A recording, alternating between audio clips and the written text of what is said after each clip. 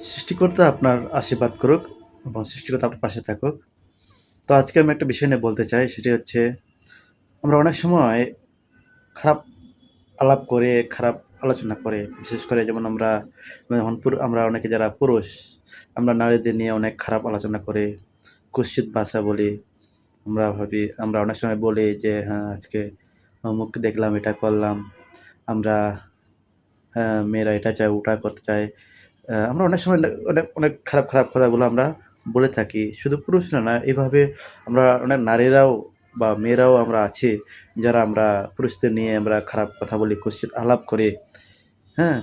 এটা কিন্তু আসলে ঠিক না। এই যে কুৎসিত আলাপ, এটা খারাপ, খারাপ যে আলোচনা, খারাপ, খারাপ যে গল্প করা, এটা আসলে উচিত না। এটা আমাদের পবিত্র বাইবেল বলে এটা করা পাপ। এটা আমাদেরকে নিষিদ্ধ করা হয়েছে।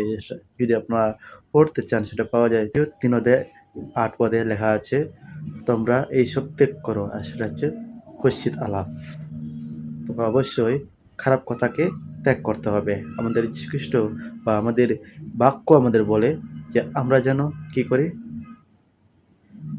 কুৎসিত আলাপ যেন না করে, আমরা যীশুখ্রিস্ট শিখিয়েছি যেন আমরা কোনো পুরুষ বা নারী যেন আমরা কারো প্রতি কামনা চোখে বা কামনা বাসনা চোখে যেন আমরা না তাকাই। এটা কিন্তু আসলে এটা আমাদের অনেক বড় পাপ হয়।